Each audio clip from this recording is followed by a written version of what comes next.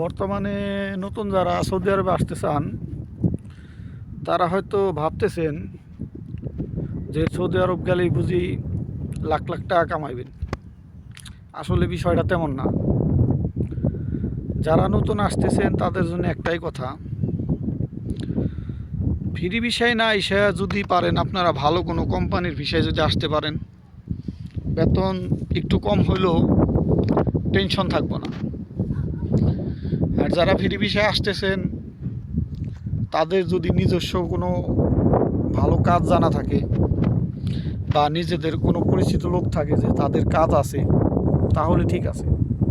কিন্তু আপনার যদি কোনো লোকজন না থাকে বা ওই কিছু বন্ধু বান্ধব আছে, দোস্ত আয় ঠ্যান করুম ত্যান করুম, ভাই কিচ্ছু করা পারবো না, খামাখা সান্ত্বনা দেয় আর নিজে বিপদে আছে আর একজনদের টাইনে বিপদে আনে।